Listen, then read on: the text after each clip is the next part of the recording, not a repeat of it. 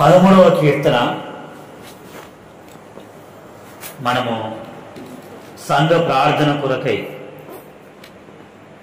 13వ కీర్తనను చూస్తున్నాం. ఈ కీర్తన దావీదు భక్తుడు వ్రాసినటువంటి కీర్తన. దావీదు భక్తుని యొక్క జీవితంలో ఎన్నో పరిస్థితులు, ఎన్నో అనుభవాలు,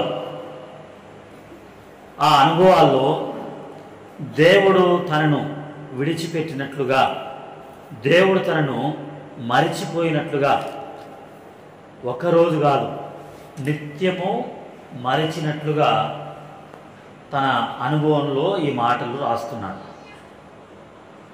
దేవుడే నన్ను మరిచిపోతే నా పరిస్థితి ఏంటి అని. దేవుడు మరిచేవాడా అంటే మరవడాయన. దేవుడు ఎప్పుడు కూడా మనల్ని మరవడు. 115వ కీర్తన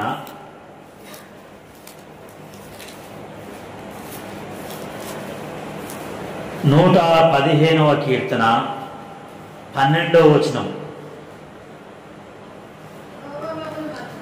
యెహోవా మమ్మును మరచిపోలేదు, ఆయన మమ్మును ఆశీర్వదించును, ఆయన ఇశ్రాయేలును ఆశీర్వదించును. తర్వాత యెషయా గ్రంథం 49వ అధ్యాయం. యెషయా గ్రంథము 49వ అధ్యాయము 14. అయితే సియోను, యెహోవా నన్ను విడిచిపెట్టి ఉన్నాడు, ప్రభువు నన్ను మరిచి ఉన్నాడని అనుకొనుచున్నది. స్త్రీ తన గర్భమున పుట్టిన, చూడండి, స్త్రీ తన గర్భమున పుట్టిన బిడ్డను కరుణింపకుండా తన చంటి పిల్లను మరచున, వారైనా మరచుదురు గాని నేను నిన్ను మరువను. ఒక చంటి బిడ్డను తల్లి మరుస్తుందా? మరవదు కదా. అలాగునే నేను నిన్ను మరువను అని సెలవిచ్చాడు. దేవుడు మనల్ని మరిచిపోడు, దేవుడు మనల్ని విడిచిపెట్టడు. మనం అనుకుంటాం అంతే, దేవుడు మరిచిపోయాడా, దేవుడు నన్ను చూడట్లేడా అని. దావీదుకు వచ్చినటువంటి పరిస్థితుల్లో, తనకు వచ్చినటువంటి పారిపోవలసినటువంటి పరిస్థితులు, లేక ఏడవడానికి శక్తి లేకపోయినంత ఏడవడానికి కూడా శక్తి లేదు. అలాంటి పరిస్థితిలో దావీదు ఆ మాటలను జ్ఞాపకం చేసుకుంటున్నాడు. అది ప్రార్థనాపూర్వకంగా ఈ కీర్తన రాస్తున్నాడు. ప్రభువుకు మొరపెట్టినట్లుగా, ప్రభువు దగ్గర ఏడ్చినట్లుగా, ప్రభువుకు నా మొర వినపడాలి, ఆయన నాకు జవాబు ఇవ్వాలి. శత్రువు నా విషయంలో అతిశయించకుండా, శత్రువు అనగా సాతానుడు లేక దావీదునకు విరోధమైనటువంటి ఆలోచనలు చేసేటువంటి వారు దావీదు విషయంలో అతిశయించకుండా, వారు గర్వించకుండా దేవుడు నన్ను జ్ఞాపకం చేసుకోవాలి అని తన హృదయంలో తను చింతపడుతున్నట్లుగా 2వ వచనంలో రాస్తున్నాడు. తన మనసులో తనకు చింత ఉంది. బయటికి బాగున్నాడు కానీ తన మనసంతా చింతతో నింపబడ్డాడు. తన హృదయం అంతా వేదనతో నింపబడ్డాడు. దేవుడు ఇచ్చినటువంటి వాగ్దానాలుగానే ఉన్నాయి. నా పరిస్థితి ఏంటి, ఇలా ఉంది, నేను ఒక అడుగు కూడా ముందుకు వేయలేకపోతున్నాను. చూడండి, సమూయేలు మొదటి గ్రంథము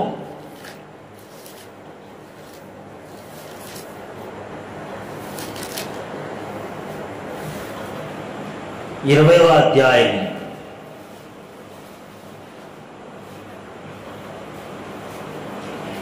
3వ వచనం.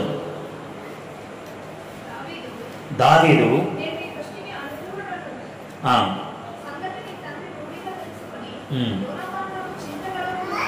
యోనాతానునకు చింత కలగకుండుటకై తెరపననుకొనుచున్నాడు.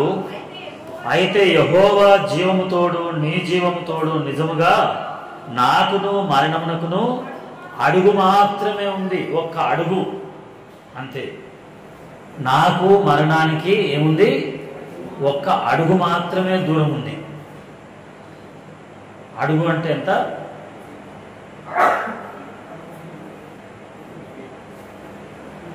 కదా, జాన కంటే కొంచెం ఎక్కువ, మూర కంటే తక్కువ.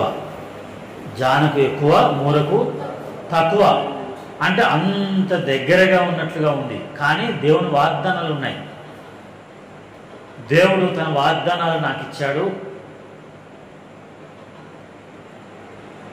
మరణమేమో దగ్గరగా ఉంది, దేవుడేమో దూరంగా ఉన్నాడేమో అనిపిస్తుంది. కానీ అడుగు అంత దూరంలో మరణం ఉంటే ఆ మరణానికి దావీదుకు మధ్యలో ఎవరున్నారు? దేవుడు ఉన్నాడు. కాబట్టి దేవుడు ఉన్నంత కాలము మరణము అతనికి సమీపించదు.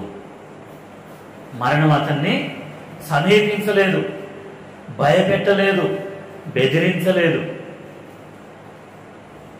అందుకని దావీదు తన హృదయంలో ఉన్న చింత, తన మనసులో ఉన్న చింత యోనాతానుతో మాట్లాడుతున్నాడు. ఏంటి నా పరిస్థితి ఇలా ఉంది, ఏంటి ఈరోజు నా ప్రాణం కాపాడుకుంటే కానీ రేపు బ్రతికి ఉండవచ్చు అన్నట్లుగా దావీదుతో మీకాలు 19వ అధ్యాయము, సమూయేలు మొదటి గ్రంథం 19వ అధ్యాయము 11వ వచనంలో చెబుతుంది ఆ మాట.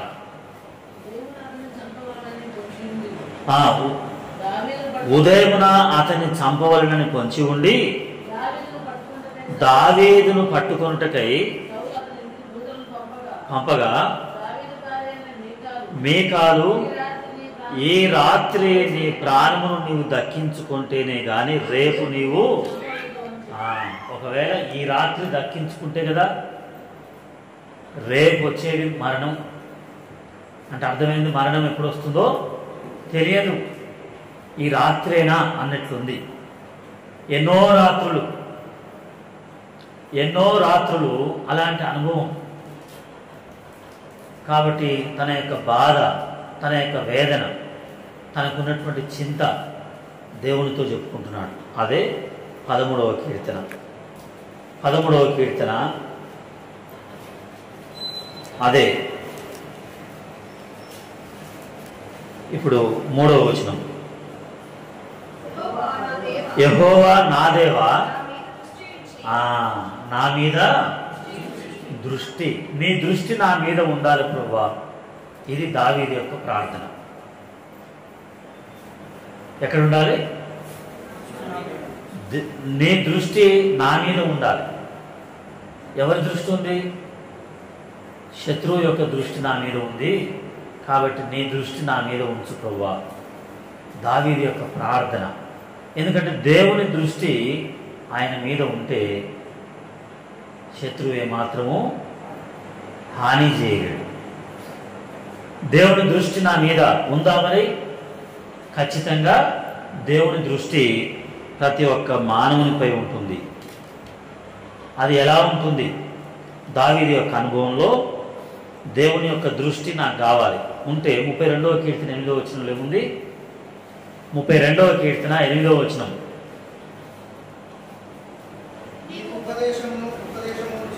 నీకు ఉపదేశము చేసేదను, నీవు నడవవలసిన మార్గమును నీకు బోధించదను, నీ మీద దృష్టి ఉంచి నీకు ఆలోచన చెప్పేదను.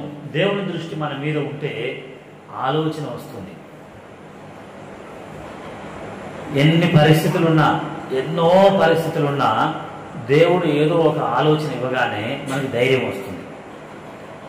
కష్ట పరిస్థితులు ఎన్నో ఉంటాయి, దుఃఖకరమైన పరిస్థితులు ఎన్నో ఉంటాయి, పారిపోవలసిన పరిస్థితులు, లేక లేవలేని పరిస్థితులు, మరణకరమైన పరిస్థితులు, దుఃఖకరమైన పరిస్థితులు ఎన్నో ఉండొచ్చు. కానీ దేవుడు మన మీద దృష్టి ఉంచితే ఆయన ఒక ఆలోచన చెప్తాడు. ఆయన ఇచ్చిన ఆలోచన ద్వారా మనము పరిస్థితులు అన్నిటిలో నుండి బయటపడవచ్చు. అందుకని ప్రభువా నీ దృష్టి నా మీద ఉంచు. దేవుని దృష్టి మన మీద ఉండాలి.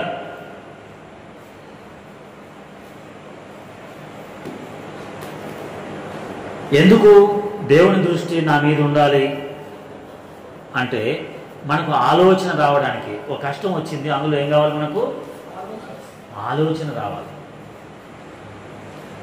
ఆలోచన రావాలి.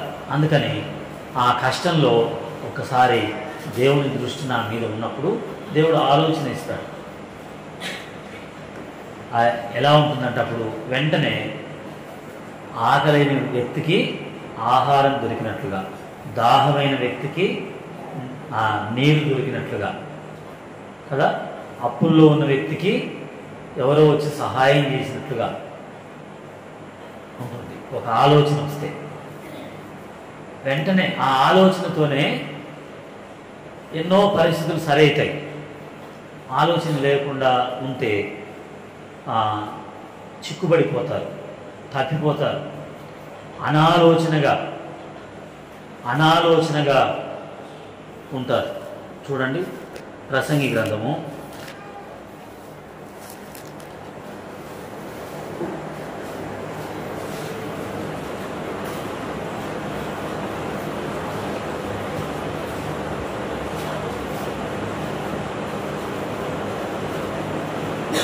5వ అధ్యాయము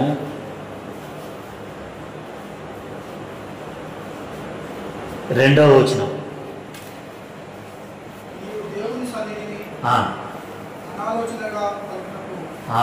నీవు దేవుని సన్నిధిని అనాలోచనగా పలుకుటకు నీ హృదయమును త్వరపడనీయక.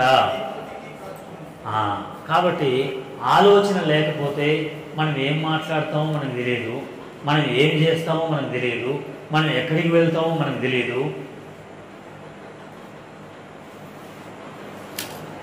చిక్కున పడిపోతాం ఆలోచన లేకుండా. అందుకని దావీదు అంటాడు, నీ దృష్టి నా మీద ఉంటే నాకు ఒక ఆలోచన దొరుకుతుంది. దేవుని దృష్టి నా మీద ఉండాలి. అదే ఆయన ప్రార్థన. ప్రభువా, నాకున్న పరిస్థితులు ఎటు చూసినా చాలా కష్టంగా ఉన్నాయి, ఒక్కసారి నీ కనుదృష్టి నా మీద ఉంచవా.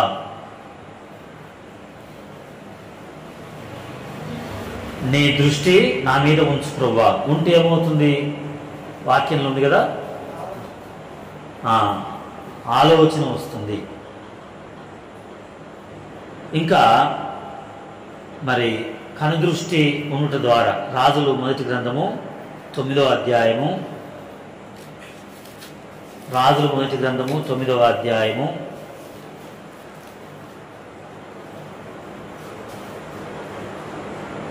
3వ వచనం.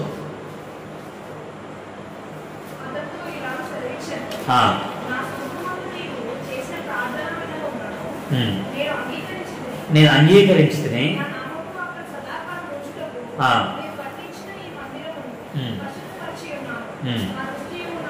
నా దృష్టియు నా మనసును ఎక్కడ?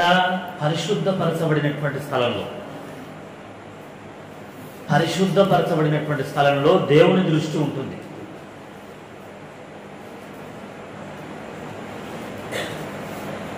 ఇంక చెప్పాలంటే దేవుని యొక్క దృష్టి మనల్ని పరిశుద్ధపరుస్తుంది అని అర్థం. దావీదు ఆలోచన ఏంటంటే, నేనేదో పొరపాటు చేశాను, నేను ఈ అనాలోచనగా చిక్కుపడ్డాను, నేను ఎంతో వేదనతో ఉన్నాను, చింతతో ఉన్నాను. గత వారం మనం చెప్పుకున్నాం కదా, దావీదుకు కష్టం వస్తే ఎవరి దగ్గరికి వెళ్ళేవాడు? ఎవరి దగ్గరికి? యోనాతాను దగ్గరికి వెళ్ళేవాడు. ఇప్పుడు యోనాతాను లేడు. మరొకసారి కష్టం వస్తే సమూయేలు దగ్గరికి వెళ్ళేవాడు. సమూయేలు లేడు ఇప్పుడు. మరొకసారి కష్టం వస్తే అహీమెలెకు అనే యాజకుని దగ్గరికి వెళ్ళాడు. ఇప్పుడు యాజకుడు లేడు కదా, స్నేహితుడు లేడు, యాజకుడు లేడు, ప్రవక్త లేడు. మరి ఎవరి దగ్గరికి వెళ్ళాలి నేను ఇప్పుడు? యోనాతాను ఒక సలహా ఎందుకంటే స్నేహితుడు కాబట్టి ఒక ఆలోచన చెప్తాడు. సమూయేలు ఒక ఆలోచన చెప్తాడు, అహీమెలెకు ఒక ఆలోచన చెప్తాడు. ఇప్పుడు లేరు కాబట్టి ఎక్కడికి వెళ్ళాలి? అందుకని నేను దేవుని యొద్దకే వెళ్తాను అని మనం 12వ కీర్తన గత వారం ధ్యానించాం కదా. 12వ కీర్తన మొదటి వచనం ప్రకారంగా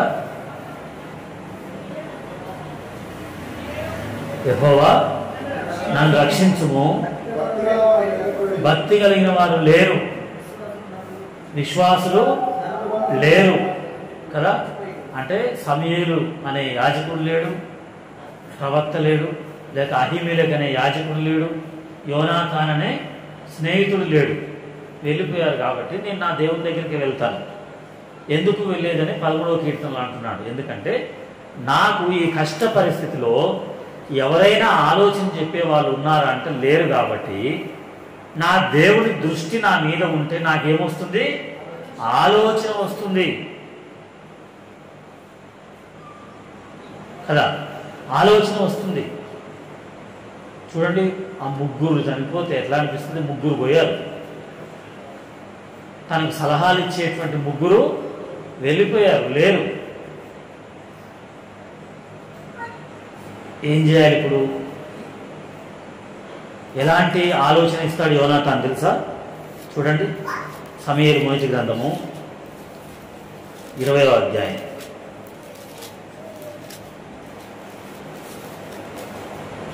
సమూయేలు మొదటి గ్రంథము 20వ అధ్యాయం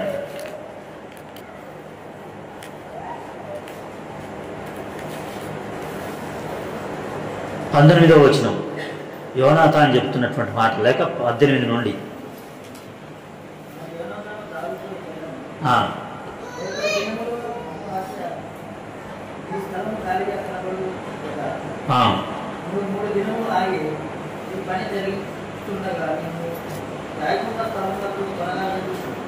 నీవు దాగి ఉన్న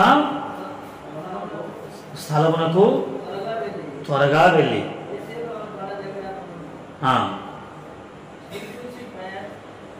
గురి చూచి ప్రయోగించినట్టు నేను 3 బాణములను దాని ప్రక్కకు కొట్టి నీవు వెళ్ళి బాణములను వెతుకుమని ఒక పనివానితో చెప్పుదును. బాణము ఇలా గురి చూసి వేస్తాడట. దావీదు వెళ్ళి ఏం చేయాలి? ఒక బండ దగ్గర దాచుకోవాలి. ఈ బాణం వెళ్ళి అక్కడ పడితే అప్పుడు చెప్తాడట. ఏం చెప్తాడో చూడండి, తెలుసు కదా, విన్నారు, ఇప్పుడు ఇంతకుముందు చదివారు. అది ఏం చెప్తున్నాడు చూడండి. బాణములు నీకు ఈ తట్టున ఉన్నవి, పట్టుకొని రమ్మని నేను వానితో చెప్పినలా నీవు బయటికి రావచ్చును. యెహోవా జీవము తోడు, నీకు ఏ అపాయమును రాక క్షేమమే కలుగును. ఇప్పుడు 22. అయితే బాణములు నీకు అవతల ఉన్నవి. అప్పుడు ఏమైంది? అవతల ఉన్నవని చెప్తే అప్పుడు నీవు పారిపోవాలని దేవుడు చెప్తున్నట్లుగా ఒక గుర్తు చెప్పాడు. అర్థమైందా? బాణము ఇక్కడ ఉంది, యువతలు ఉంది. దావీదు అనుకోండి, ఇది దావీదు అనుకోండి. బాణము యువతల పడితేనేమో శత్రువు ఉన్నాడు కదా, యువతల పడితే ఏమైనట్టు? నీకు ప్రమాదం ఉందని అంటారు. బాణము ఇక్కడి నుండి యువతల పడింది అంటే అవతల అంటే ఏమన్నట్లు? ప్రమాదం లేదు అన్నట్లుగా ఏం చెప్తున్నాడంటే, బాణము నీకు యువతల పడితే ఎట్లా, అవతల పడితే ఎట్లా అనే అర్థం వచ్చేటట్లుగా శత్రువు నీ మీదకి బాణం వేస్తాడు అని యోనాతానే ఒక ఆలోచన చెప్తున్నాడు. 3 రోజులు దాగి ఉండమన్నాడు. 3 రోజులు దాగి ఉండాలంటే ఎంత కష్టం కదా. ఒక గంట సేపే మనం వెయిటింగ్ చేయలేము, ఒక 2 గంటలు ఎదురు చూడలేము. అలాంటిది ఎన్ని దినాలు? 3 దినాలు ఆగిండట. ఆగి విషయం తెలుసుకున్నాడు. విషయము వాళ్ళ తండ్రితో మాట్లాడుతున్నాడు. ఇప్పుడు వాళ్ళ తండ్రితో మాట్లాడుతున్నాడు. 28వ వచనం. బెత్లెహేమునకు పోవాలని కోరి దయచేసి నన్ను పోనిము, పట్టణమందు మా ఇంటి వారు బలి అర్పింపబోతున్నారు, నీవును రావాలని నా సహోదరుడు నాకు ఆజ్ఞాపించిన గనక నీ దృష్టికి నేను దయ పొందిన వాడినైతే నేను వెళ్ళి నా సహోదరులను దర్శించినట్లుగా నాకు సెలవిమ్మని బ్రతిమాలుకొని నా యొద్ద సెలవు తీసుకొనెను అన్నప్పుడు సౌలుకి ఏమొచ్చింది? 30వ వచనంలో సౌలు యోనాతాను మీద బహుగా కోపపడ్డాడు. చాలు, బహుగా కోపపడ్డాడు. ఇప్పుడు 33వ వచనం, సౌలు అతనిని పొడవవలనని ఈటే విసిరెను, అందువలన తన తండ్రి దావీదును చంపని ఉద్దేశం కలిగి ఉన్నాడని యోనాతాను తెలుసుకొని, చాలు. ఇక్కడ నుండి 36వ వచనం, నువ్వు పరిగెత్తుకొని పోయి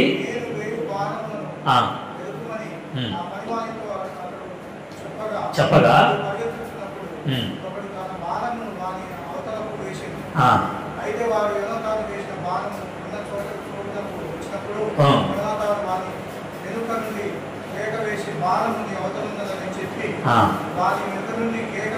ఇది దావీదుకు యోనాతానుకు తెలుసు. బాణము అవతల ఉన్నదంటేనేమో ప్రమాదం, బాణము యువతలో ఉన్నదంటేనేమో క్షేమం. వీళ్ళిద్దరికి ముందు తెలుసు, ఇద్దరికి ఆలోచన. ఎన్ని రోజుల కింద అది. అలాంటి వాళ్ళు ఇప్పుడు లేరు, అర్థమైందా? అలాంటి వాళ్ళు ఆపద వచ్చినప్పుడు ఈ ఆపద నుండి ఎలా బయటపడాలని చెప్పేటువంటి యోనాతాను లాంటి వాళ్ళు లేరు కదా ఇప్పుడు. అందుకని ప్రభువా ఒక్కసారి నీ దృష్టి నా మీద ఉంచు. అది 12వ కీర్తనకు 13వ కీర్తనకు ఉన్న సంబంధం. అలా ఆలోచనకర్తలు లేరు, లేక భక్తులు లేరు, విశ్వాసులు లేరు, ప్రవక్తలు లేరు, యాజకులు లేడు. ఎవరున్నారు తెలుసా? ఎవరున్నారంటే ఎలాంటి వాళ్ళు ఉన్నారు చూడండి. ఎలాంటి వాళ్ళు ఉన్నారు దావీదుకు?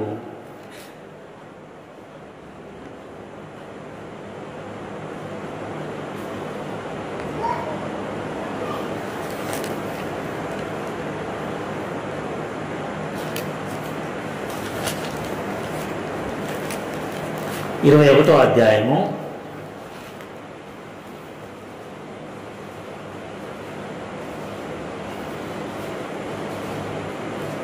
21వ అధ్యాయము 7వ వచనం.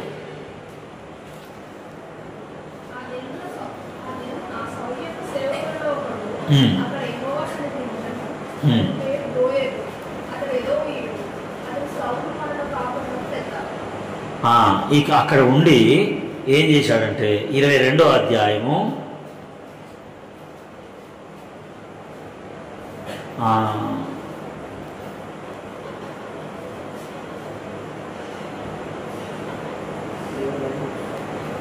9వ వచనం.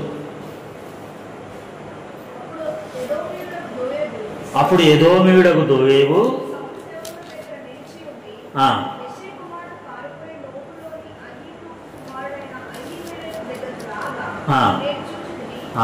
దావీదు ఎక్కడ ఉన్నాడో అది చూసి ఫలానా దగ్గరికి వెళ్ళాడు, అక్కడైతే నువ్వు పట్టుకోవచ్చు.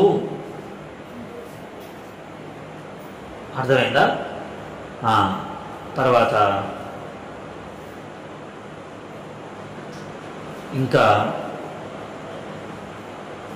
24వ అధ్యాయము 1వ వచనం.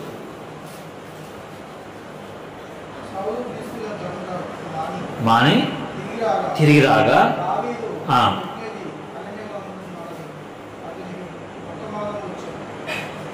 దావీదు ఎక్కడున్నాడట? ఈ అరణ్యంలో ఉన్నాడని సౌలుకు వర్తమానం చెప్తున్నారు. 23వ అధ్యాయము 19వ వచనం. అంత చదవకపోయినా చివరి చదవండి, చివరిలో.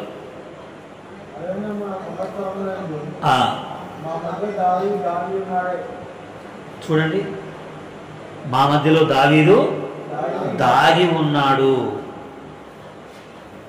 24వ అధ్యాయంలో అలా ఇలా మరి దావీదు ఎక్కడికి వెళ్తే అక్కడ ఏం జరుగుతుంది? 23వ అధ్యాయంలోనే ఇంకొక మాట, 12వ వచనం.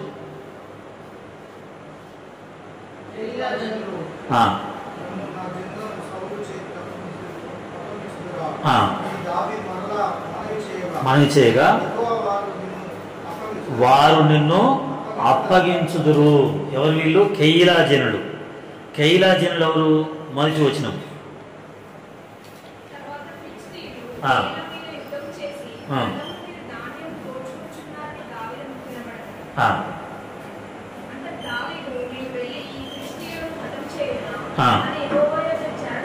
చేయగా కెయిలాను రక్షించుము.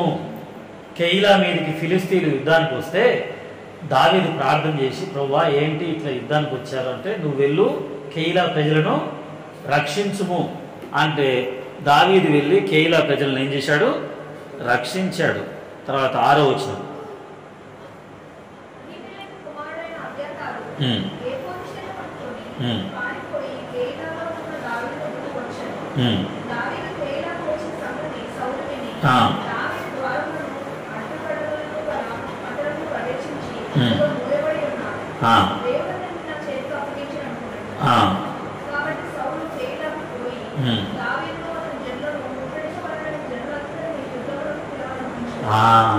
దావీదు కొరకు సౌలు తరుముతా ఉన్నాడు.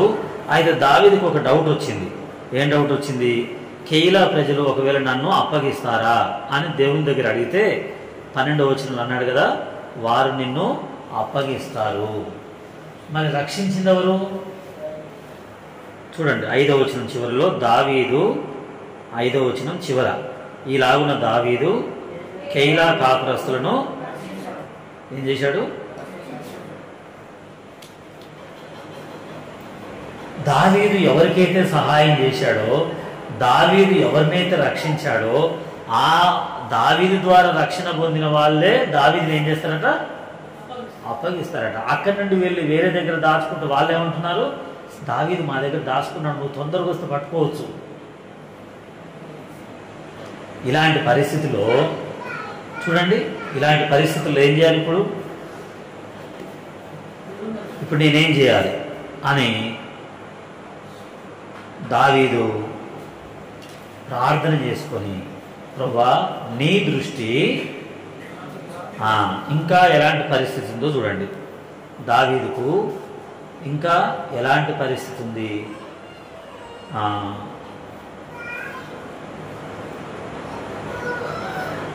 25వ వచనం, 26వ వచనం, 25, 26 వచనాలు.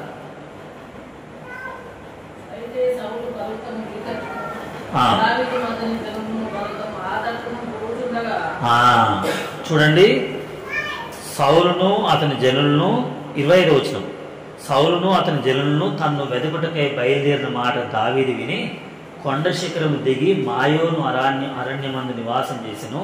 సౌలు అది విని మాయోను అరణ్యంలో దావీదును తరుమబోయెను. పర్వతము ఈ తట్టున దావీదు, పర్వతము ఆ తట్టు. ఇది పర్వతం అనుకోండి, ఈ టేబుల్ పర్వతం అనుకోండి. దావీదు ఇక్కడ ఉన్నాడు, సౌలు ఇక్కడ ఉన్నాడు. దావీదు ఇటు తిరిగితే సౌలు ఇటు తిరిగి వస్తుంది. ఇప్పుడు ఇక పర్వతమే అడ్డం. ఏం చేయాలి ఇప్పుడు? పర్వతం అడ్డం ఉంది అంతే. ఇప్పుడు పర్వతం ఎక్కుతాడా? సౌలు కూడా పర్వతం ఎక్కుతాడు. దూరంగా పారిపోతాం అనుకుంటాడు. పర్వతం అంటే చిన్నదేం కాదు, పెద్దదే. అయితే మరి దావీదుతో కూడా జనం ఉన్నారు కదా, వాళ్ళ జనం వీళ్ళ జనం, ఈ ఇద్దరు కలిసి పర్వతం చుట్టూ తిరుగుతూ ఉన్నారు. ఆ కొండ చుట్టూ తిరుగుతూ ఉన్నారు. ఇప్పుడు ఏం చేయాలి? అలసిపోయి ఆగుతారా? ఏం చేయాలి ఇప్పుడు? అప్పుడు ఒక్కసారి ఆకాశం వైపు చూసి ఏమన్నాడు? ప్రభువా నీ దృష్టి నా మీద పెట్టు, ఒక్కసారి నీ దృష్టి నా మీద ఉంచు ప్రభువా. ఇప్పుడు ఏం చేయాలి? వెంటనే ఏం జరిగిందో చూడండి. ఇట్లుండగా ఇప్పుడు వెంటనే ఏం జరిగిందట? ఇట్లుండగా ఎన్నో వచ్చిన? 27వ వచనం.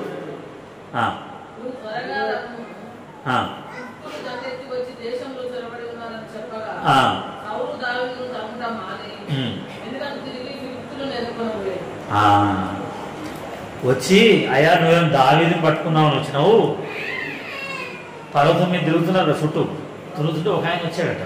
వచ్చి నీవేమో దావీదుని తరవడానికి వెళ్తున్నావు కదా, అయితే ఫిలిస్తీన్లు వచ్చి ఇదే ఛాన్స్ అని ఎక్కడికి వచ్చారు?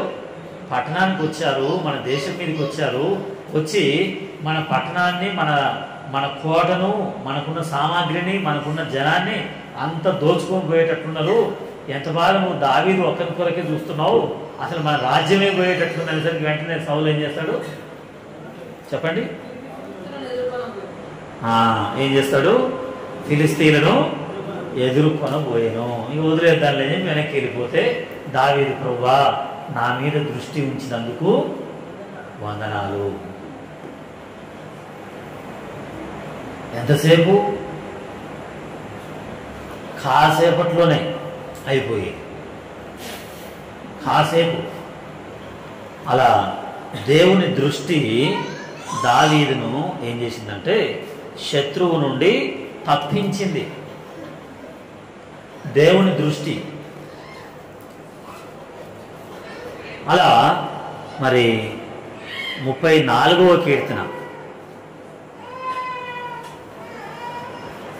కీర్తనలు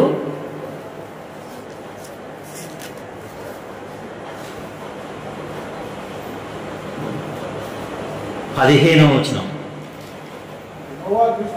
యెహోవా దృష్టి ఎవరి మీద ఉంది? నీతిమంతుల మీద ఉంది. నీతిమంతులు అంటే యేసు క్రీస్తు యొద్ద పాపం ఒప్పుకున్నటువంటి వారు. ఎవరు నీతిమంతులు? వాక్యంలో నీతిమంతులు లేడు, ఒక్కడును లేడు. మరి ఎవరు నీతిమంతులు అవుతారు? చదవండి. యోహాను రాసిన మొదటి పత్రిక 1వ అధ్యాయం. యోహాను రాసిన మొదటి పత్రిక 1వ అధ్యాయము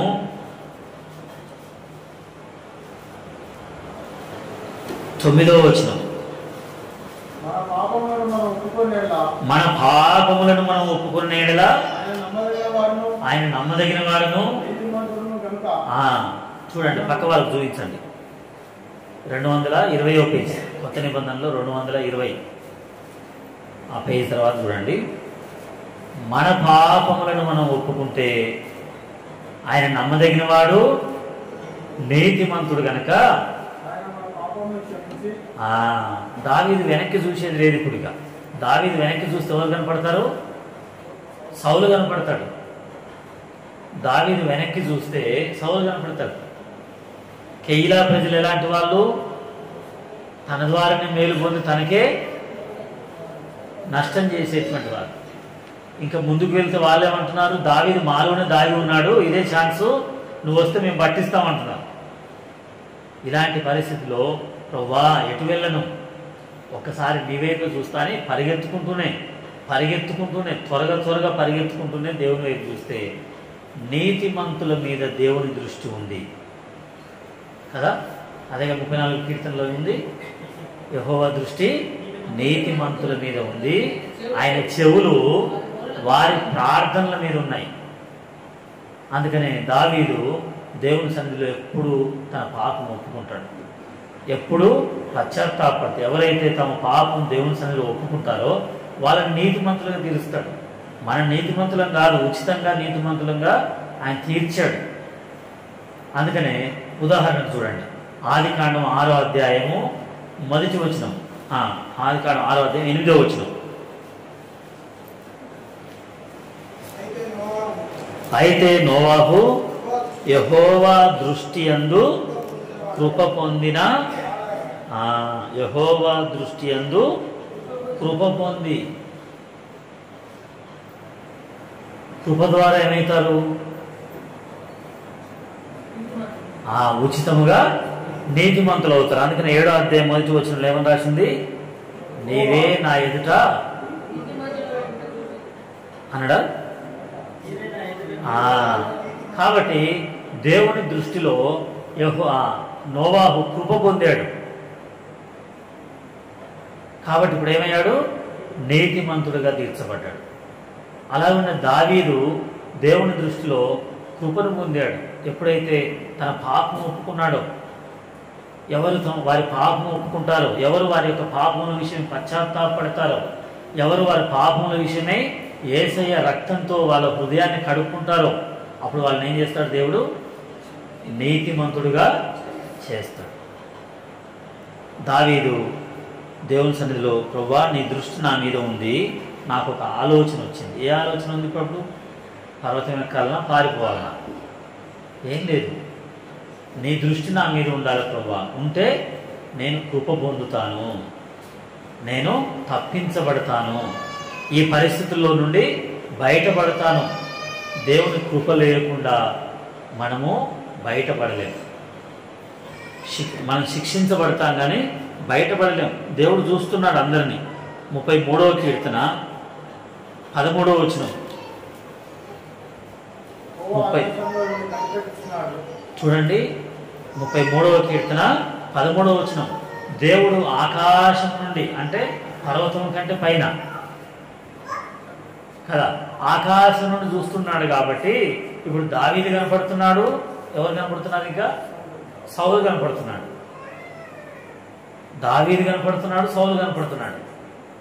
ఎందుకంటే దేవుని దృష్టి ఎక్కడి నుండి ఉంది? ఆకాశం నుండి చూస్తున్నాడు. కాబట్టి పర్వతము ఈ తట్టు, పర్వతం ఆ తట్టు, అలా ఇద్దరు తిరుగుతూ ఉన్నారు, త్వరపడుకుంటూ తిరుగుతూ ఉన్నారట. అప్పుడు ఆకాశం నుండి ఆయన నరులను కనిపెడుతున్నాడు. దావీదు ప్రార్థన చేస్తున్నాడా? సౌలు ప్రార్థన చేస్తున్నాడా? దావీదు ప్రార్థన చేస్తున్నాడు. దావీదు ప్రార్థన చేస్తున్నాడు. అక్కడి నుంచి చూస్తూ ఉన్నాడు. ఎవరు చేస్తున్నారు ప్రార్థన? సౌలు చేస్తున్నాడా? దావీదు చేస్తున్నాడా? ఎవరు ప్రార్థనలో ఉన్నారు? అలా మనము ప్రభు సన్నిధిలో మనం ఒప్పుకోవాలి. చిన్న ప్రార్థనే, ప్రభువా ఈ పరిస్థితిలో నీ దృష్టి నా మీద ఉంచు, అంతే ప్రార్థన. ప్రభువా నన్ను విడిచిపెడతావా? నన్ను మరిచిపోతావా? శత్రువు నా విషయంలో, శత్రువు నన్ను దొరుకుతున్నాడు నా విషయంలో. అలా అపవాది అనేటువంటి శత్రువు మనల్ని నిరుత్సాహపరచడానికి ఎన్నో పరిస్థితులు. అందుకని ఏమంటాడు 2వ వచనంలో? మరణ నిద్రను. ఎన్నో వచనం అది? 13వ కీర్తన 4వ వచనమా? మరణ నిద్ర. చూడండి, అలా ప్రభువా నీ దృష్టి నా మీద ఉంచు. మరణ నిద్ర అంట. ఎలాంటి నిద్ర? మరణ నిద్ర. నిద్రలు కూడా ఉన్నాయి బైబిల్లో, కానీ అది నిద్రల గురించి చెప్పినప్పుడు చెప్తా. ఇప్పుడు ఓన్లీ దృష్టి గురించి. ఆయన దృష్టి ఆకాశం నుండి చూస్తున్నాడు. నువ్వెప్పుడు ప్రార్థన చేస్తావా? ఎప్పుడు నాకు మొరపెడతావా? నీ హృదయం నా సన్నిధిలో ఎప్పుడు కుమ్మరిస్తావా అని చూస్తుంటాడు. ప్రార్థన చేస్తుంటే ఆయన వెంటనే ఆకాశం నుండి తన కృపను మన మీద కుమ్మరిస్తాడు. ప్రభువా నేను చేసిన తప్పులు క్షమించు, నా పాపం క్షమించు, నా కొరకు శిలువలో మీరు గార్చిన రక్తంతో నా హృదయాన్ని కడుగు ప్రభువా, నన్ను పవిత్రపరచు. నా మనసులో చింత ఉంది. దావీదు మనసులో ఏముందంట? చింత ఉంది అంటున్నాడు. ఎన్నో వచనం? 13, 2వ వచనమా? నా మనసులో చింత ఉంది కాబట్టి నన్ను దృష్టించు ప్రభువా. ఇప్పుడు 19వ వచనం, 33, 19.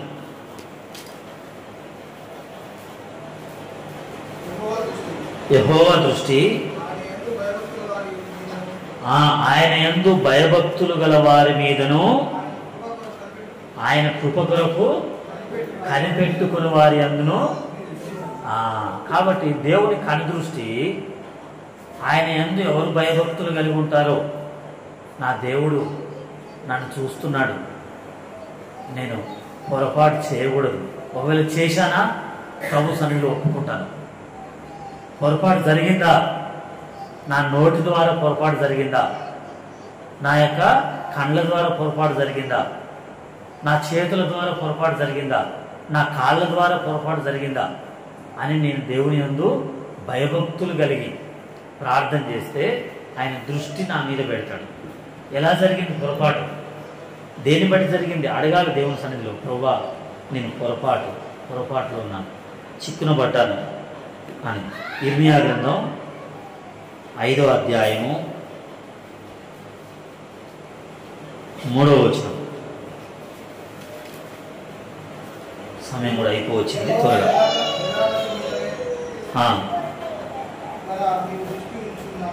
యెహోవా యథార్థత మీదనే కదా. దేవుని దృష్టి ఎక్కడ ఉందట? యథార్థంగా. యథార్థంగా అంటే అర్థం ఏంటంటే ఉన్నది ఉన్నట్లుగా దేవుని సన్నిధిలో చెప్పుకోవడమే యథార్థత. మనకున్న పరిస్థితిని నేను ఈ స్థితిలో ఉన్నాను ప్రభువా, ప్రార్థన చేయలేని స్థితిలో ఉన్నాను, లేక నేను ఆత్మీయంగా ఎదగలేని స్థితిలో ఉన్నాను, నేను వాక్యం చదవలేని స్థితిలో ఉన్నాను, నేను ఇతరులకు సహాయం చేయలేని స్థితిలో ఉన్నాను, నేను విశ్వాసం లేని స్థితిలో ఉన్నాను, నేను అంతగా భక్తిలో భయభక్తులతో నేను ఉండలేకపోతున్నాను అని యథార్థంగా దేవుని సన్నిధిలో అది యథార్థంగా చెప్పుకోవడం. దేవుని సన్నిధిలో మనం యథార్థత ఒప్పుకోవాలి. అది యథార్థత. అప్పుడు దేవుని దృష్టి మన మీద ఉంటుంది. ప్రభువుని అడగాలి మనం. ఆయన దృష్టి హబక్కు గ్రంథం 1:13 ప్రకారంగా నిష్కలంకమైనది అని రాయబడింది. ఆయన దృష్టి ఎలాంటిది? నిష్కలంకమైనది. ఏమాత్రం మలినం లేదు, కలంకము లేదు. మన దృష్టిలోనైనా ఏముంటుంది? తారతమ్యాలు ఉంటాయి కదా. మన దృష్టి ఏమైనా తారతమ్యాలు ఉంటాయి. పక్షపాతంతో ఉండొచ్చు, మన వాళ్ళు అని, మాకు సంబంధించిన వాళ్ళు అని. కానీ దేవుని దృష్టిలో కలంకం ఉండదు.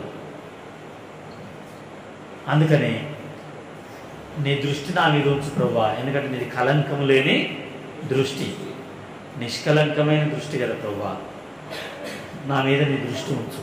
అప్పుడేం జరుగుతుంది? యెషయా గ్రంథం 3వ అధ్యాయము 8వ వచనం. యెషయా గ్రంథం 3:8.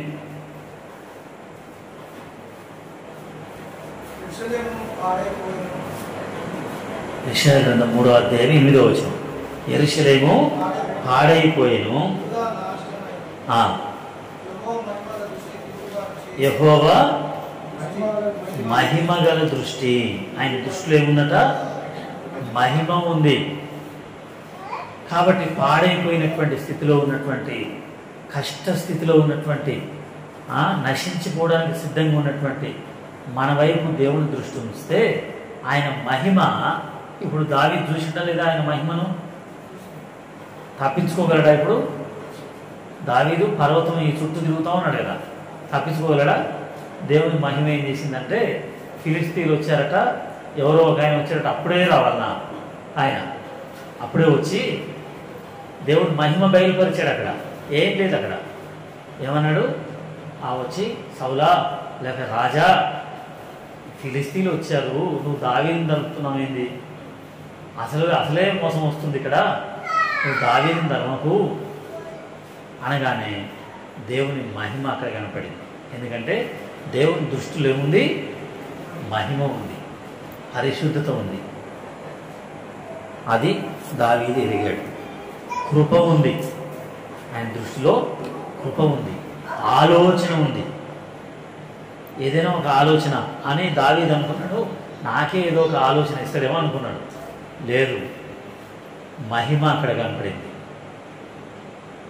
కాబట్టి దావీదు చేస్తున్న ప్రార్థన పరిగెత్తుతూనే చేస్తున్నాడు. మోకరించి చేస్తే ఏమైంది? ఇప్పుడు అక్కడ అందరూ మోకరిద్దాం, ప్రార్థన చేద్దామని మోకరించిన అనుకున్న దావీదు ఏమైంది?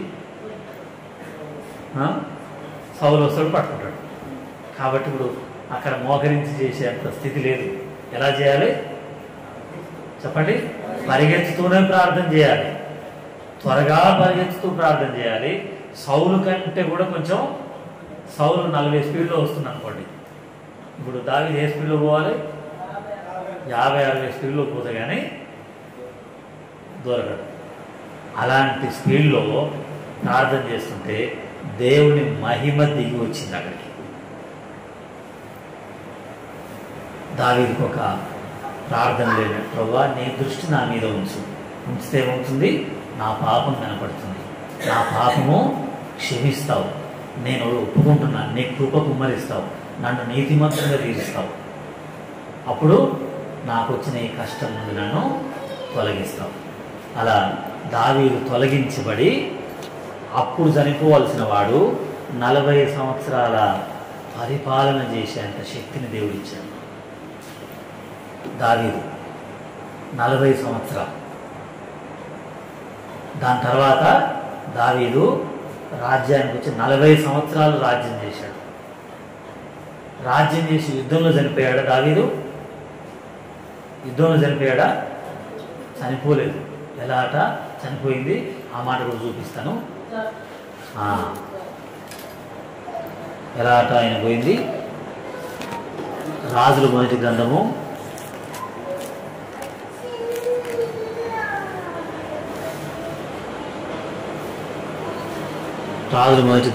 1వ అధ్యాయము 2వ అధ్యాయము. ఉండండి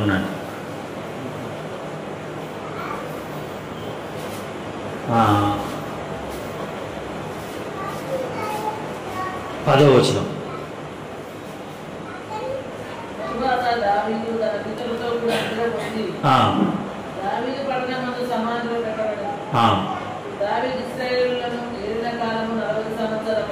ఎన్ని సంవత్సరాలు? 40 సంవత్సరాలు. చాలు.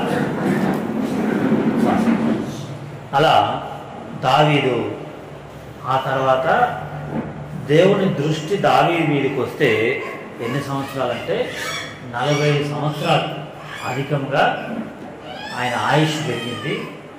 దేవుని కొరకు నమ్మకమైన సాక్షిగా నిలబడ్డాడు. అలా దేవుని దృష్టిని మనం కోరుకుందాం. దేవుని దృష్టిలో మనము కృప పొందుదాం, నీతిమంతులుగా తీర్చబడదాం. అది 13వ కీర్తనలో దావీదు యొక్క ప్రార్థన. అలాంటి ప్రార్థన